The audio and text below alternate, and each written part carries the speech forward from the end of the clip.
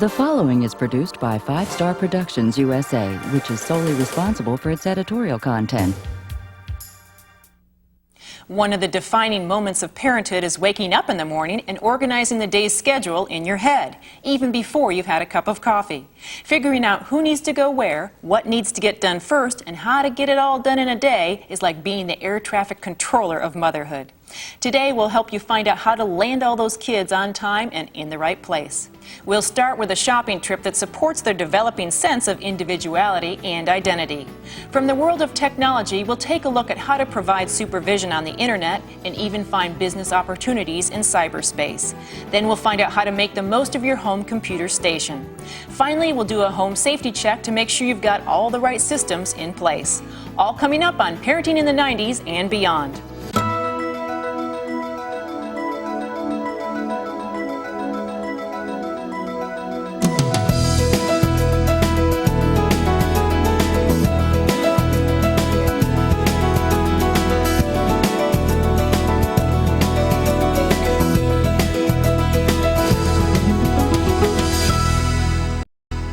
Hi, I'm Kim Alexis. Today we'll look at some of the important issues facing parents in the 90s.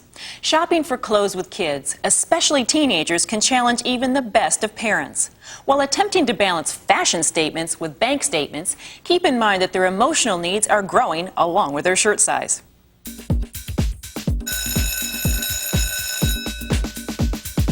Young people have been setting trends in the fashion world for over 50 years. Remember when you were a kid?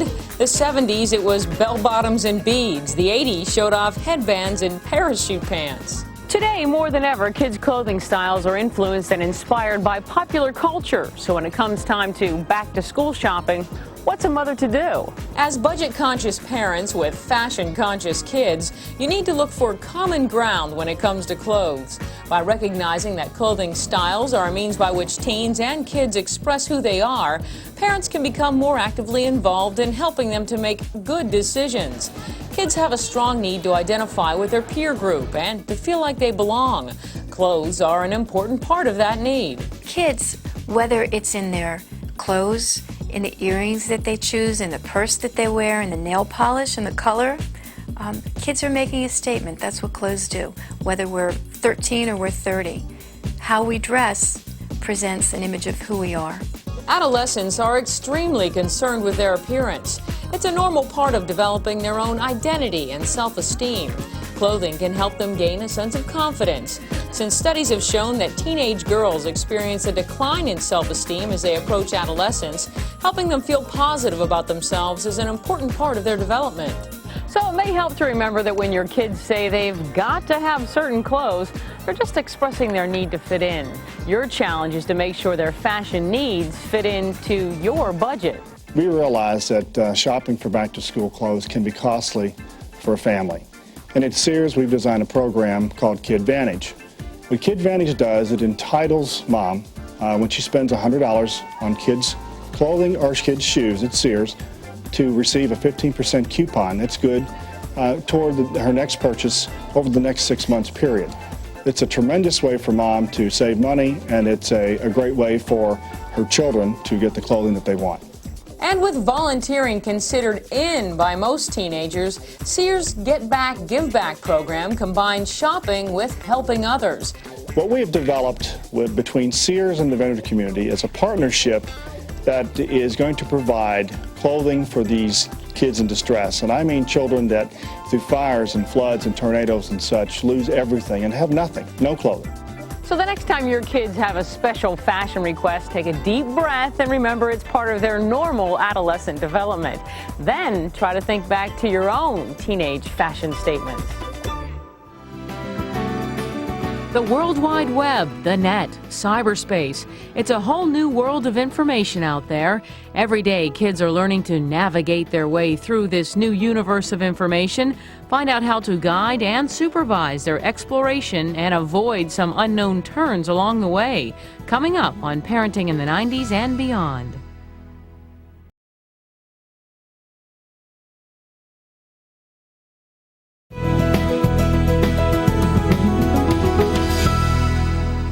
Through the internet, children have access to a whole new world of communication and information. They also have access to some places that parents don't want them to go. Let's explore some ways to provide a safety net for the internet.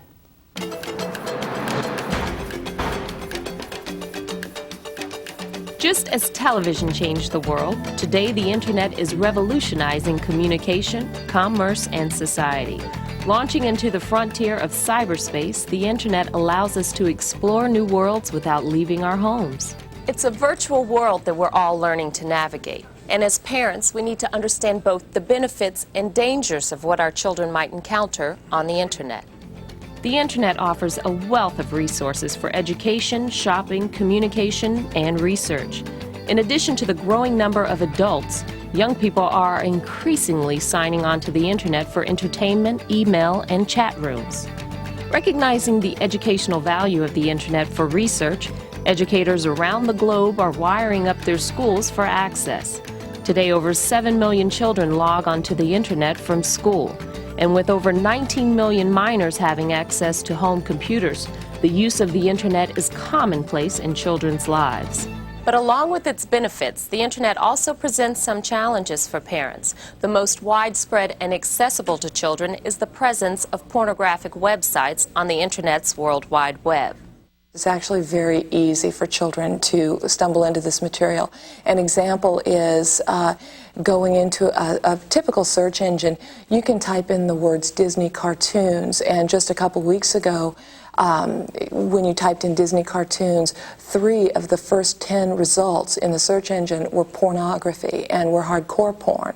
So it's an aggressive marketing tactic that the pornographers use. The second area of potential danger to children are chat rooms. Chat rooms are online sites where people chat with each other by typing messages back and forth. Often chat rooms can be a legitimate resource for meeting helpful and resourceful people. They contain all kinds of topics where kids can talk to each other from foreign countries about just about any subject you can think about. The good part is that gives great interaction. The bad part is that this is the same place that pedophiles and predators will lurk. Pedophiles will lurk and take notes and take down information that they can later use to approach and strike up a conversation. And also pretty soon they don't seem like a stranger, they seem like a friend because they've been chatting back and forth for quite some time. Another concern for parents and their children on the internet is news groups. These are online bulletin boards where anyone can post comments or resources pertaining to the news group's subject. Children who happen into what may be a perfectly innocent news group, if someone hasn't caught the posting of someone else, children may be exposed to pornography in an innocent news group, or they may go to those others out of curiosity and be exposed to things they're just simply not prepared for. I would never advocate eliminating it. It's too much of a wonderful tool. In fact, it's better than the TV and the radio and the print all mixed together. It's a combination of all those things. So no, this is the learning curve of the future. This is the media of the future. We're never going to see a decrease in internet use. It is going to become like saying ignore the telephone or ignore television or radio. We've seen an explosion in the last number of years of internet use, and that's going to be increasing. Children have to be taught how to manage it appropriately so that they can take advantage of it as well and essentially not be left behind in the information age. Fortunately, there are some effective strategies for parents who want to promote positive internet use while protecting their children from internet pornography and predators. The first step is for parents to become computer literate and internet savvy. Just like you wouldn't send your kids out to play in a busy street, you wouldn't want to do that on the internet as well. You want to know where they are and what they're doing and who they're doing it with, whether their interest in the internet, and where do they spend a lot of their time. And if it's in gaming, I'd like to know what kind of games that my children would be involved in. Keep the computer in a public area of the house where everyone in the family can see what's going on and monitor what's going on. Teach your children that even though you may feel like you know these people, you really don't. And so don't fill out questionnaires without my say-so. As helpful as these guidelines are, they still do nothing to prevent offensive material from reaching your home computer in the first place. Fortunately, a new technological innovation called content filtering is now making that possible. There's a newer technology that is the clean supply, the clean internet service provider that does the blocking at their level. That relieves parents of the burden of administering. It relieves them of the concern that the child is going to hack around. They're very competitive. It's essentially relieving parents of the burden of upkeep because the provider takes that on themselves. Rated G Online is an internet service provider whose premise is to bring family-friendly, pre-screened, good internet content into the home. We have searched through and found over 400,000 sites that are data-based and provide a safety and confidence level for the parent that they will not get that kind of information on their internet. Rated G also is available in over 380 cities across the country, nationwide. And our team of people do this around the clock, 24 hours a day, monitoring what goes on the internet. So while it might be a brave new world out there, you can be active in helping your children explore the terrain and enjoy the benefits of the internet without the dangers. Computers and the internet are changing the way we live and do business every day. From providing new entrepreneurial opportunities to new ways to fundraise, there's a big world of small business on the web. As computers take center stage at home, take a look at some exciting ways to make technology work for you and your family. Coming up on Parenting in the 90s and Beyond.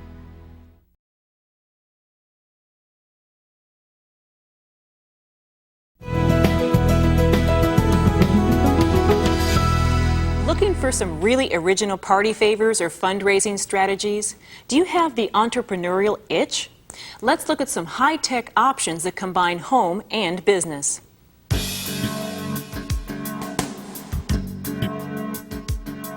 It used to be that having a family business meant running the farm or operating a grocery store. Today, family and home businesses are changing as fast as the way we do business. With new technology opening up new business frontiers, families and entrepreneurs are emerging on the forefront of the American economy.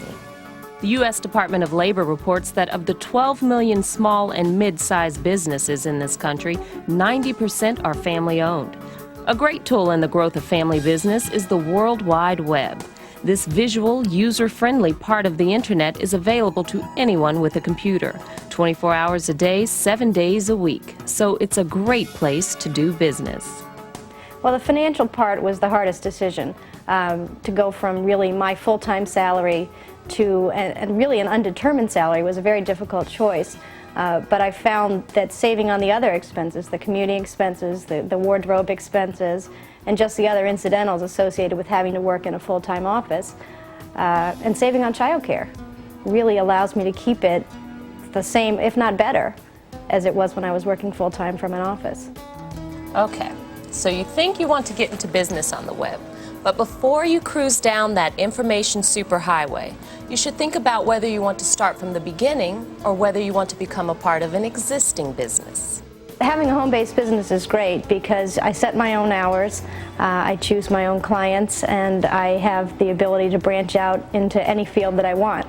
For example, a new sales trend is custom prepaid calling cards. Customers can custom design the card with a picture, logo, or image and give them as gifts or mementos for a special occasion like a birthday or anniversary.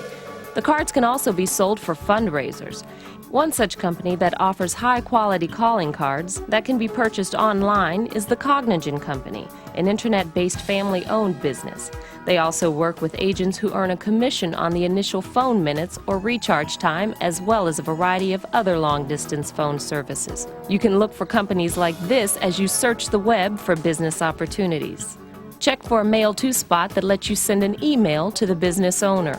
The opportunity for using the internet as a business tool are virtually unlimited. You can pick your field and you can run a search on any area that you would like to be involved in. I mean, you can find anything from advertising to sales to marketing plans. It's a great tool.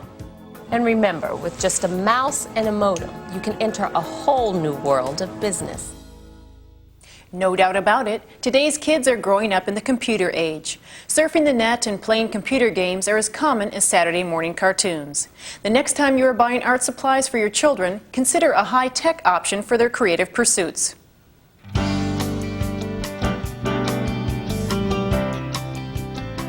Computers are easier to use, and they're priced more affordably than ever before. PCs, or personal computers, are fast becoming a common household resource like the refrigerator or the dishwasher. Families can do more, discover more, and play more by using a home personal computer. From keeping track of the kids' activities to paying the mortgage, computers definitely make life easier, but they can also make it more fun. You can make projects cooler and more creative thanks to innovative hardware and software. Almost 70% of children use computers at school to enhance their learning and creative skills. Over 100,000 elementary and secondary schools have nearly 7 million computers available to students in the United States. My daughter Emily has certainly taught me a lot about computers. I came through school before computers, and now it's been a learning experience for both of us. You can transform a computer to a creative outlet using products like the Creation Station, which really blends technology with creativity. It's the all-in-one home creativity solution. Utilizing a digital tablet, a cordless mouse, a pressure pen, and the included software packages, it allows families to create personalized projects like photo editing, signing letters, freehand drawing, or painting. You can also learn to draw using step-by-step art lessons. We've really enjoyed the freehand drawing and painting. We've drawn pictures of each other, pictures of the family. That's just a really nice, relaxing outlet for both the child and for myself. And then, of course, you can print your projects. I personally have enjoyed the retouching of old photos. It's so wonderful to be able to share a picture from 1929 with the rest of the family, something that was all torn and tattered.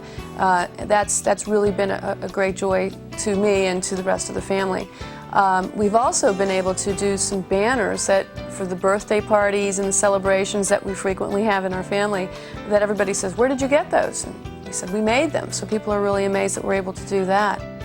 Computers have become a cultural object. They can be found in 43% of U.S. households, and that number is rising rapidly. PCs have become a very important hands-on educational tool. Get involved with your kids on the home computer. You'll discover that when you work together on educational and fun projects, you can make electronic connections family connections. Making sure your family is safe and protected at home is top priority for parents. From emergency plans to safety alarms, being ready for the unexpected means planning for the unpredictable. Find out how to make a family plan for home safety. Coming up on Parenting in the 90s and Beyond.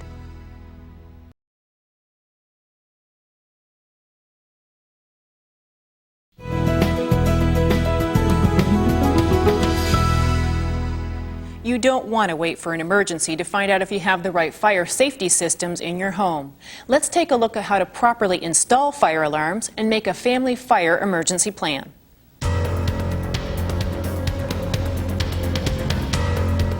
Each year, over 800 children ages 14 and under die in home fires. In 1996, more than 23,000 Americans were killed or seriously injured in domestic fires. Fire experts advise that installing and maintaining a smoke alarm can reduce your risk of dying in a house fire by nearly 50%. Bubba, wake up. A smoke alarm can mean the difference between life and death. Samantha, where are you? Over here. Come on. Knowing what your alarm sounds like and what to do if it goes off could save your life. There's two types of smoke alarms commercially available. The first is photoelectric, which is a small portion of the alarms out there right now. They detect slower, smoldering fires that may take a long time to burst into flames, such as a cigarette burning on a couch. The other type is ionization alarms, which detect faster burning fires, typical of, say, a paper fire. According to fire service organizations, a combination of these two types of alarms will provide early warning for all types of fires and offer the greatest degree of security. They should be installed in every bedroom, in hallways, on every floor of your house. First Alert, a leading name in home safety, offers both of these types of detectors in one alarm. You might want to visit their website at firstalert.com for some additional safety information. Most people don't know the smoke alarm should be replaced after about 10 years. The reason is that over 10 years of 24-hour-a-day continuous use, Smoke alarms just build up impurities such as dust and other things, and it changes the sensitivity of the alarm. Test and vacuum alarms at least once a month to remove all the dust and dirt and ensure they're functional. Then you want to make sure you change the batteries at least once a year. Children ages 5 and under are more than twice as likely to die in a house fire than the rest of the population. Children often panic and hide in closets or under beds. Teach children not to hide, but to get out of a burning house immediately. Some additional home fire safety tips include practicing in-home fire drills often. Always lock up matches and lighters. Make sure fire extinguishers work. Check with your local fire department for safety education classes. Some final words of advice. Be safe. Replace smoke alarms that are over 10 years old. And do a complete home fire safety checkup at least once a year. Remember, the life you save could be your own.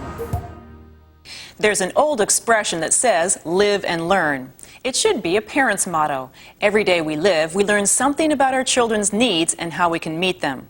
It's not always an easy lesson, but it sure isn't ever boring. I hope today's show helped you learn something more about being a parent. I'm Kim Alexis. For more information about anything we covered in our show, visit our website at www.vstar.com and join us next time as we look at new solutions to the exciting world of parenting in the 90s and beyond.